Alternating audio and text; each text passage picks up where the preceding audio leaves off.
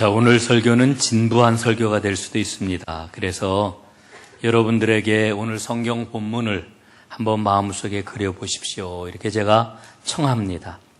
여러분 마음속에 한번 오늘 상황과 사람들을 한번 그려보십시오. 특별히 사람들이 보이시나요? 베드로가 여러분 그 모습이 여러분 마음속에 그려지는지 모르겠습니다. 오늘 베드로는 예수님을 만났지요. 예수님은 베드로에게 이렇게 말씀을 하십니다. 깊은 데로 가서 그물을 내려 고기를 잡으라. 이 말씀에 순종해가지고 베드로가 그물을 내렸습니다. 그랬더니 그물이 찢어지고 배가 잠길 정도로 엄청난 물고기가 잡혔습니다. 생각해 보면은 베드로는 별로 내키지 않았거든요. 예수님이 하신 그 말씀, 순종해야지 이런 마음이 들었던 게 아닙니다. 억지로 어찌됐든 들을 수밖에 없는 상황이 되어가지고 순종을 한 겁니다. 그런데 그물을 끌어올리는 순간 그는 자기 배로는 감당할 수가 없는 엄청난 물고기가 잡힌 것을 알았습니다. 도대체 이 많은 물고기가 어디에서 온 걸까? 이분이 누구시기에 이런 엄청난 일을 일으키신 걸까? 베드로는 예수님 앞에서 경외감을 느꼈습니다. 보통뿐이 아니시로구나. 처음에는 놀라웠지만 그 놀라움이 두려움으로 바뀌었습니다.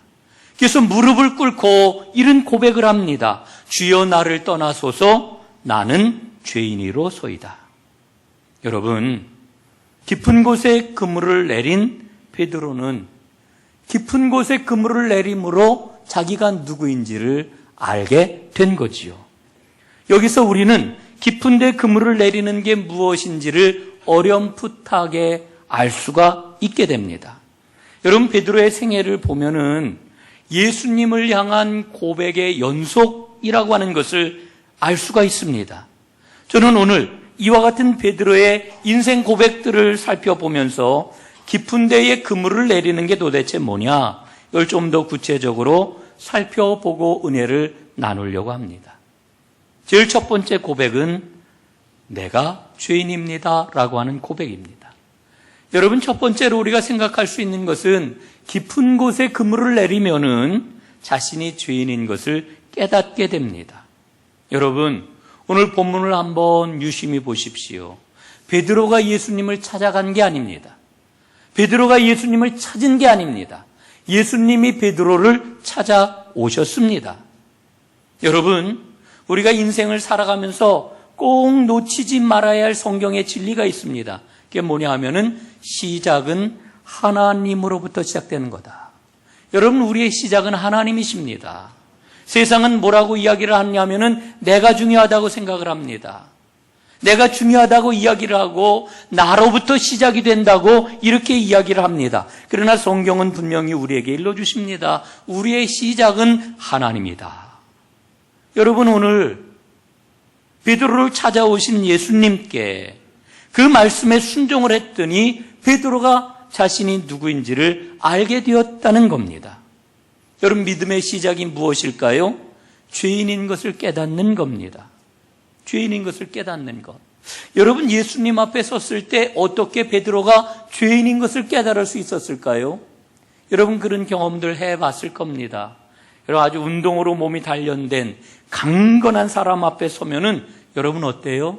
그 울퉁불퉁한 그런 그 근육과 그 사람에게서 느껴지는 그런 그 힘 때문에 나는 아무것도 아니로구나. 나는 굉장히 연약하구나.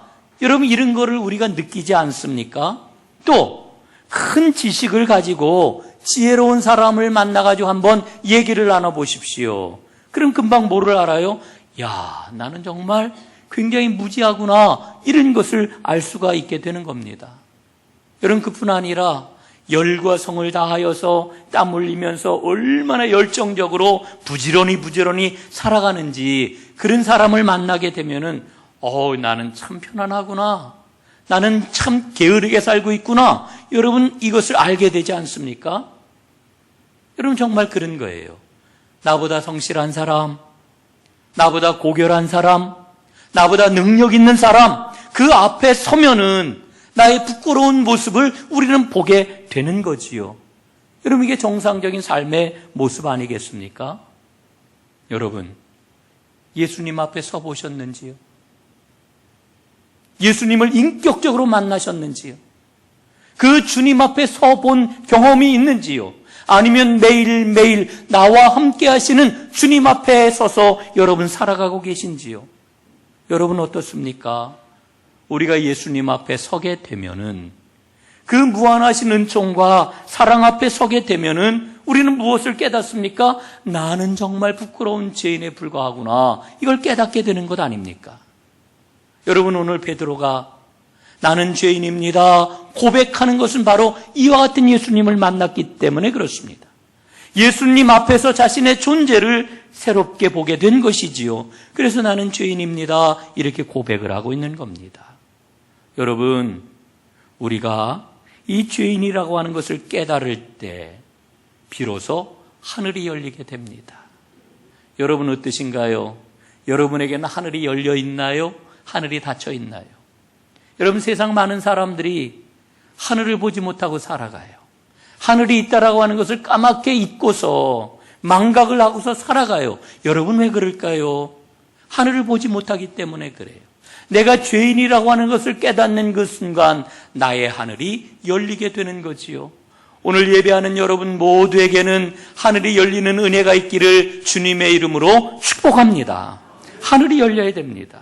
하늘이 열리지 않으면은 하늘이 있는 것을 모릅니다. 이게 죄의 본질이에요. 여러분, 오늘 베드로는 자신이 죄인이라고 하는 것을 깨달았어요. 그래서 베드로에게 하늘이 열렸어요. 그래서 베드로는 위를 보는 사람이 되었습니다. 사도 바울은 골로새서 3장에서 이런 말씀을 우리에게 들려주고 있지요. 그러므로 너희가 그리스도와 함께 살리심을 받았으면 위의 것을 찾으라. 위의 것을 생각하고 땅의 것을 생각하지 말라. 여러분, 바울은 우리에게 이야기를 해요. 세상을 살아가는 사람들을 보면은 두 종류가 있다는 것 아닙니까? 땅의 것만을 찾는 사람이 있고 위의 것을 찾는 사람이 있다는 거예요. 여러분, 우리는 위의 것을 찾는 하나님의 사람인 줄로 믿습니다. 우리는 늘 하늘의 것을 생각을 하고 위의 것을 찾기를 바라는데, 그러나 예수님을 만나 하늘이 열려지지 않으면 위의 것이 무엇인지를 알지 못하기 때문에 위의 것을 찾을 수가 없는 거지요. 여러분, 이사야서 6장은 이사야의 소명기사, 이렇게 제목이 붙어있는 아주 유명한 장이지요. 이 6장에 보면은 이사야가 성전에서 하나님을 만나게 됩니다. 하나님을 만나 뵙게 돼요. 하나님을 만나면서 이사야는 큰 절망 가운데 빠져 이렇게 탄식을 합니다. 화로다 나여 망하게 되었도다. 나는 입술이 부정한 사람이요, 나는 입술이 부정한 백성 중에 거주하면서 만군의 여호와이신 왕을 배웠음이로다.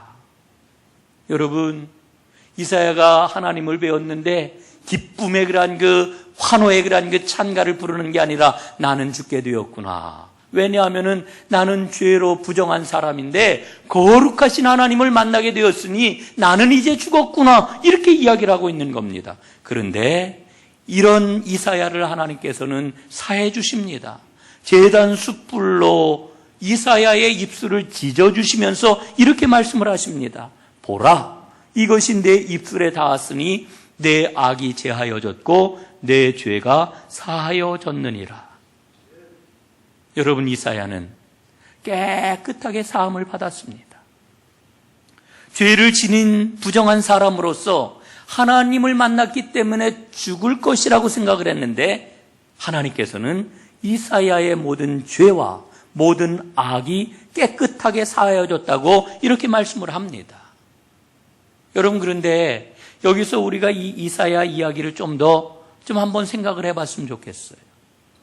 하나님이 이사야에게 너의 모든 악과 너의 모든 죄가 사하여졌다 이렇게 말씀을 하시는데, 여러분, 이사야가 지니고 있던 죄는 어떤 죄였습니까?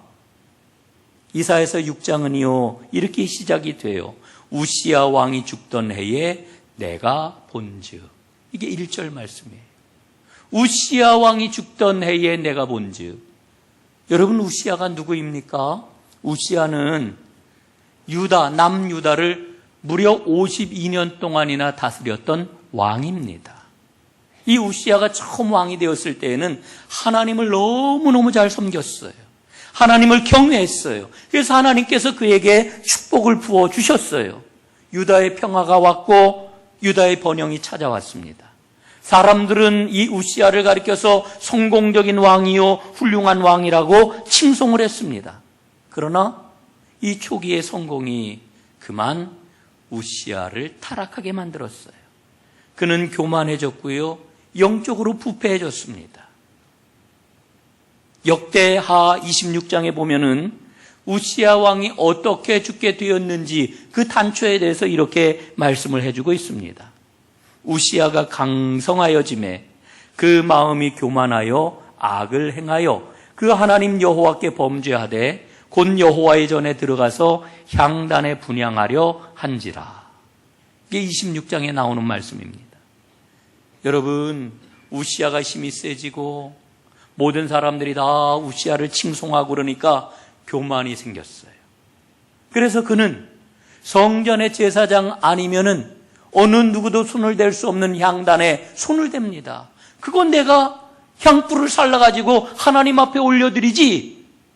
막 향단을 불사르려고 하니까 제사장들이 막았어요. 왕이시여, 그러면 안 됩니다. 왕이시여, 그건 하나님의 말씀에 어긋나는 겁니다. 어떻게 했을까요? 야, 저리 치워. 그리고서는 자기가 향단에 불을 살랐던 겁니다. 여러분, 그 죄 때문에 우시야는 나병에 걸렸고 결국은 나병으로 죽고 말았습니다. 그런데 이 우시야 왕 때 아주 중요한 영적인 상황이 있었습니다. 당시의 유다 백성들은 우시야 왕을 숭배했다라고 하는 거죠. 그런데 백성들만 그랬던 게 아니고요, 이사야 6장에 나오는 이사야 선지자 역시 다른 사람들처럼 우시야 왕을 숭배하고 그를 떠받들었던 겁니다. 이게 당시 유다의 영적인 상태였습니다. 이와 같은 영적인 위기 상황에서 하나님께서 이사야를 부르신 거지요. 그리고 이사야는 성전에서 하나님의 임재를 체험한 겁니다. 하나님을 만난 겁니다. 그런데 그 만난 자리에서 하나님께서는 제단에 피워놓은 숯불을 가지고서 이사야의 죄를 맑게 씻겨주셨습니다. 하나님 아닌 다른 것을 섬기는 우상, 우시야 왕을 숭배하는 우상 다 태워버리셨습니다. 그리고 하나님 아닌 다른 것들을 의지하며 살았던 삶을 새롭게 만들어주셨습니다. 이사야에게 그날 하늘이 열렸던 겁니다. 그래서 이사야는 하늘을 보는 사람이 된 거예요. 여러분, 이 이사야 이야기를 오늘 본문과 연결시켜 지을 수가 있습니다. 여러분, 5절 말씀에 보면은 베드로의 고백이 나오지 않습니까? 우리들이 밤이 새도록 수고하였으되 잡은 것이 없지만은 말씀에 의지하여 내가 그물을 내리리이다 하고. 자, 여러분, 베드로가 밤새도록 물고기를 잡았는데 한 마리도 못 잡았다는 거예요. 그런데 중요한 게 뭐냐면은 베드로는 갈릴리 바다에서 물고기 잡는 데 있어서는 최고로 손꼽히는 베테랑이었다라고 하는 겁니다. 고기 잡는 지식, 고기를 잡는 경험, 베드로를 따라올 사람이 없었어요. 그런데 베드로가 지금 말씀에 의지하여 그물을 내렸다라고 하는 거지요. 여러분, 이게 쉬운 일이 아닙니다. 예? 여러분, 여기 며느리하고 함께 사시는 시어머니가 계신지 모르겠어요. 예? 시어머니와 함께 사는 며느리가 계신지 모르겠어요. 요즘은 참 찾아보기가 힘든 그런 그 케이스인데, 여러분, 예전에 이렇게 보면은 시어머니하고 며느리하고 함께 살면서 문제가 어디서 생깁니까? 갈등이 어디서 생겨요? 거실에서 생깁니까? 주방에서 생깁니까? 주방에서 생겨요. 주방에서. 여러분, 주방에서 왜 문제가 생길까요? 며느리의 방식이 있고 시어머니의 방식이 있는 거예요. 그런데 며느리에게 얘기를 해요. 예, 이렇게 하는 게 좋겠다. 그러면은 며느리가 네, 알겠습니다. 그대로 할게요. 이러면 좋은데 마음으로는 영 아닌 거예요. 또 며느리는 시어머니에게 뭐라 그래요? 아유, 어머니 그렇게 하지 말고 이렇게 하세요. 그러면은 시어머니는 어떻습니까? 아, 이제까지 해왔던 게 있기 때문에 그걸 포기를 안 하는 거예요. 이게 정말 살림이라 그러는 게 어떻게 보면 굉장히 규모도 작고 아주 섬세한 건데, 그런데 이런 데서부터 문제가 생기고 갈등이 생기잖아요. 무슨 얘기입니까? 나를 포기하는 게 쉽지가 않아요. 그런데 베드로는 물고기 잡는 일에 있어서는 최고의 전문가였는데 오늘 그가 뭐라고 그래요? 말씀에 의지하여 예수님 당신이 말씀하시니 그 말씀에 의지하여 깊은 곳에 그물을 내리겠나이다. 그물을 내려놨어요. 여러분, 순종이 뭘까요? 순종은 나를 꺾는 겁니다. 여러분, 영적으로 하나님 앞에 고집을 세우지 않기를 간절히 바랍니다. 예? 내 것을 다 내려놓는 것, 이게 순종이에요. 여러분, 나를 꺾고 나를 다 내려놓을 때에 우리는 깊은 곳에 그물을 내릴 수가 있습니다. 그렇지 않으면 깊은 곳에 그물을 내릴 수가 없어요. 이렇게 깊은 곳에 그물을 내렸더니 베드로는 자기가 죄인이라고 하는 것을 알게 되었고 하늘이 열리는 체험을 하게 된 거지요. 오늘 예배하는 사랑하는 전농가족 여러분, 이 은혜가 여러분 모두에게 임하기를 주님의 이름으로 축복합니다. 두 번째 우리가 살펴볼 것은 예수가 주님이시고 하나님의 아들이시라고 하는 고백입니다. 깊은 데에 그물을 던지면은요, 예수가 나의 주님이시요 예수가 하나님의 아들이시라고 하는 것을 알게 된다는 거지요. 여러분, 마태복음 16장에 보면은 예수님께서 이제 갈릴리 사역을 마치시고 예루살렘을 향해서 올라가시는 장면이 막 시작이 됩니다. 그런데 예수님께서 빌립보 가이사랴라고 하는 곳에 이르렀을 때에 제자들에게 물으시지요. 사람들이 나를 누구라고 그러느냐? 그랬더니 제자들이 대답을 해요. 예, 사람들이 세례 요한이나 엘리야나 에레미야 같은 선지자 가운데 하나라고 합니다. 그래? 그러면 너희는 나를 누구라고 하느냐? 여러분, 그때 베드로가 뭐라고 대답을 합니까? 주는 그리스도시요 살아계신 하나님의 아들이십니다.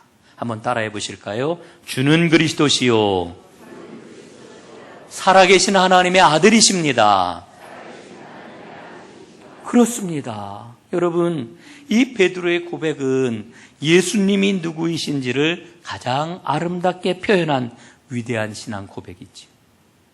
이 신앙 고백을 들으시고 예수님이 얼마나 좋아하셨는지 몰라요. 그래서 베드로에게 말씀을 하십니다. 바요나 시모나 내가 복이 있도다. 이를 내게 알게 하니는 혈육이 아니라 누구라고요? 하늘에 계신 내 아버지시니라. 그러면서 예수님이 베드로를 축복하셔요.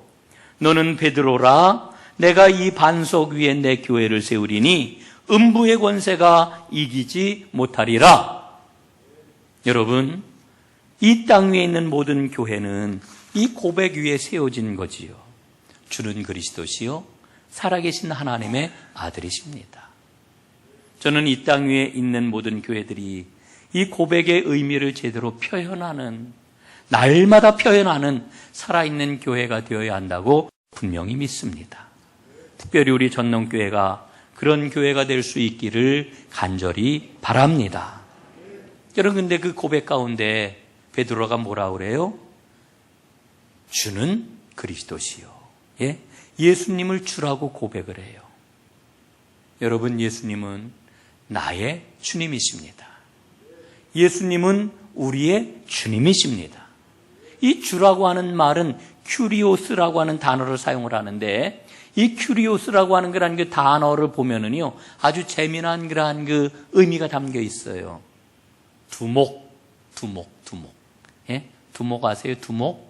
두목이 이게 그 긍정적인 표현보다는 부정적인 그런 그 표현인 걸로 이렇게 좀 생각이 되는데, 두목, 절대자, 뭐 이런 뜻이 그 안에 담겨 있는 거지요.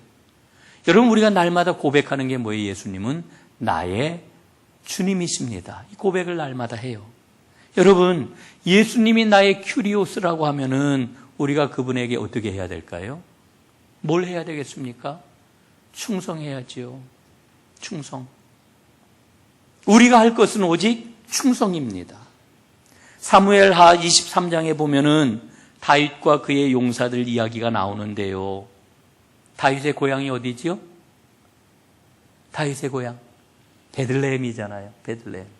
다윗의 고향이 베들레헴인데 다윗이 블레셋과 전쟁을 치르는데 그 고향 땅인 베들레헴에 블레셋 군대가 진을 치고 있었어요. 그리고 그 베들레헴이 바라보이는 들판에 이제 다윗이 자기 군사들 진을 치고 있었어요. 어느 날 저녁이었는데 다윗이 휘영청 밝은 달 아래, 그가 고향을 떠난 지가 너무너무 오래됐거든요. 자기의 고향을 바라보면서 이야기를 합니다. 독백을 합니다. 뭐라고 독백을 하느냐면은 누가 베들레헴 성문 곁 우물물을 떠서 내게 마시게 할까? 여러분, 참 가슴이 짠한 그 고백이 아닐 수가 없어요. 이게 어느 누구를 대상으로 한 이야기가 아니고요. 그냥 혼자서 그 밤에 독백을 한 거예요. 그런데요, 그 자기의 고향, 그 우물물을 그리워하면서 이제 독백을 했는데 그 혼잣말을 그의 부하 3명이 들었어요. 그 이야기를 들은 3명의 용사들이 즉각적인 결심을 합니다. 베들레헴 우물물을 떠오자. 그리고 그 물을 떠서 우리의 죽은 다윗에게 갖다 드리자. 그리고 이 3명이 출발을 합니다. 적진을 뚫고 들어가서 이 베들레헴 성문 곁에 있는 우물물을 길어다가 다윗에게 바치는 거지요. 여러분, 그 물을 받아든 다윗의 마음이 어땠을까요? 전율했을 거예요. 요즘 아이들 말로 얘기하면 소름. 소름이 돋았을 거예요. 여러분, 그런데 다윗이 그 물을 마시는 것을 즐겨하지 아니하고 그 물을 하나님께 부어드리면서 이렇게 절규합니다. 여호와여, 내가 나를 위하여 결단코 이런 일을 하지 아니하리이다. 이는 목숨을 걸고 갔던 사람들의 피가 아니니까. 그 물은 세 용사들의 피라는 거예요. 여러분, 이 세 용사 이야기는 너무나 용맹스러운 이야기이지요. 그런데 이 이야기는 우리에게 그림을 보여주는 거예요. 충성이 뭐냐라고 하는 그림을 우리에게 보여주는 거예요. 여러분, 우리가 믿음의 길을 걸어가면서 주를 향한 충성을 어떻게 해야 되느냐, 그 충성에 대한 그림을 이 이야기가 우리에게 보여주고 있는 거지요. 사랑하는 여러분, 주님께 충성하시기를 바랍니다. 날마다 우리가 주님이라고 부르면서 충성하지 않는다면 그럼 어떻게 주님이실 수가 있겠어요? 여러분, 우리가 충성할 때에 깊은 곳에 그물을 내리는 겁니다. 그렇게 그물을 내릴 때에 우리는 예수님을 하나님의 아들로 만나게 될 것입니다.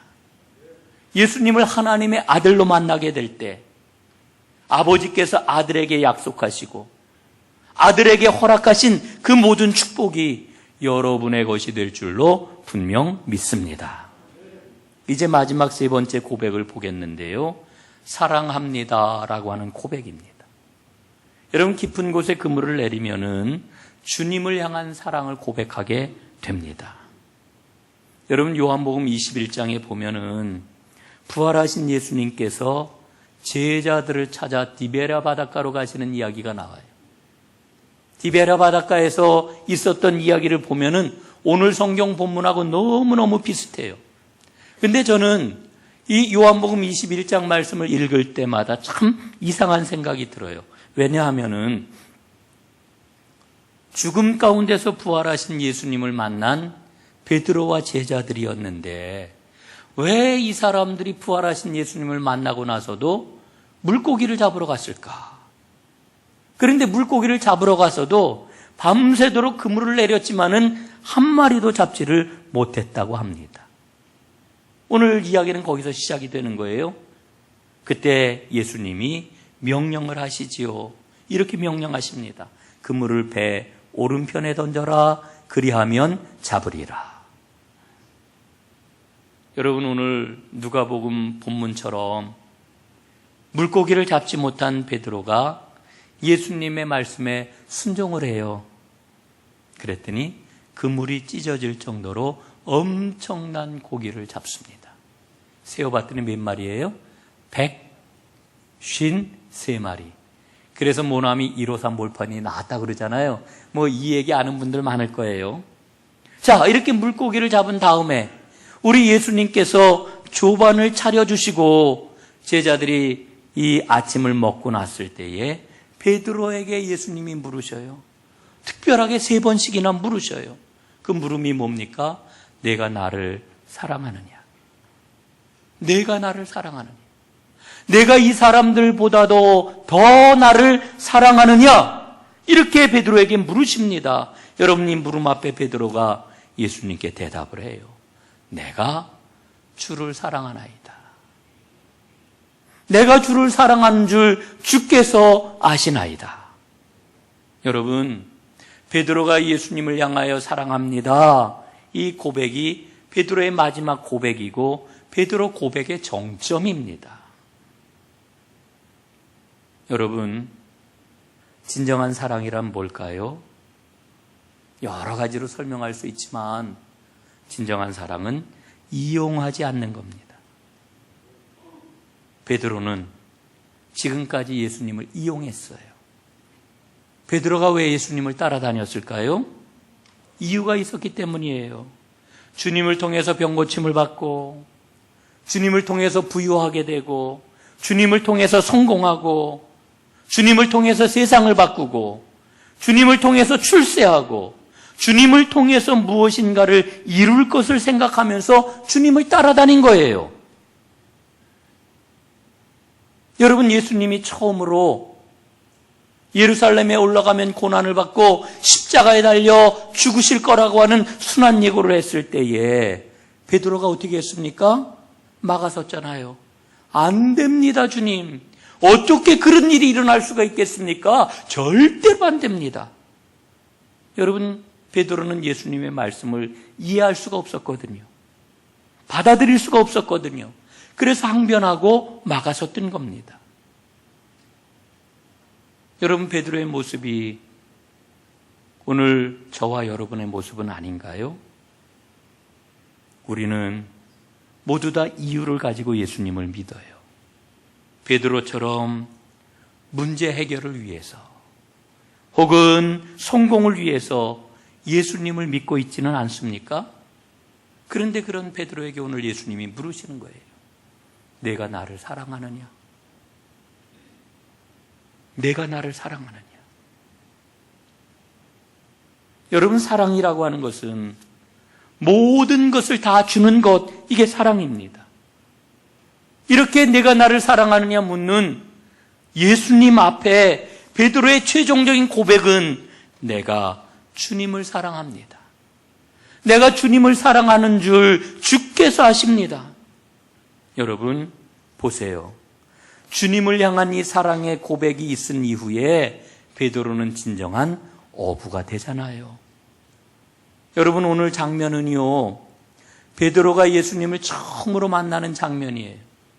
처음으로 예수님께 부름을 받는 그런 그 장면이에요. 그런데 예수님께서 부르시자마자 뭐라고 그래요? 오늘 5절 말씀해 보니까 이제 후로는 내가 사람을 취하리라. 사람을 낚는 어부가 될 거라고 이렇게 말씀을 하시는데 3년 동안 예수님 따라다니면서 베드로는 어부이지 않았어요. 사람을 취하지를 못했어요. 그러나 디베랴 바닷가에서 예수님께 내가 나를 사랑하느냐 하는 질문을 받고 내가 주님을 사랑합니다. 이 고백을 한 이후 베드로의 삶은 사람을 취하는, 사람을 낚는 어부가 되었던 거지요. 사랑하는 여러분, 주님을 사랑하시나요? 여러분, 한번 오늘 여러분 가슴에 손을 얹고 마음속 깊이 스스로에게 한번 대답을 해봤으면 좋겠어요. 정말 내가 주님을 사랑하는가? 여러분, 주님을 사랑한다라고 하는 이 고백이 없다면 우리의 믿음은 아무것도 아닙니다. 아무것도 아니에요. 그러나 이 사랑의 고백이 우리 안에 가득하다라고 하면은 여러분 아무것도 염려하지 마세요. 이제 주님과 함께 진정한 하나님 나라의 복을 누리면서 이 땅에서 멋지고 아름답고 행복하게 능력 있는 삶을 살아가게 될 것입니다. 주님은 이 복을 여러분에게, 저에게, 우리 모두에게 부어주시기를 간절히 원하십니다. 이 복이 충만하시기를 주님의 이름으로 축원합니다. 기도하겠습니다.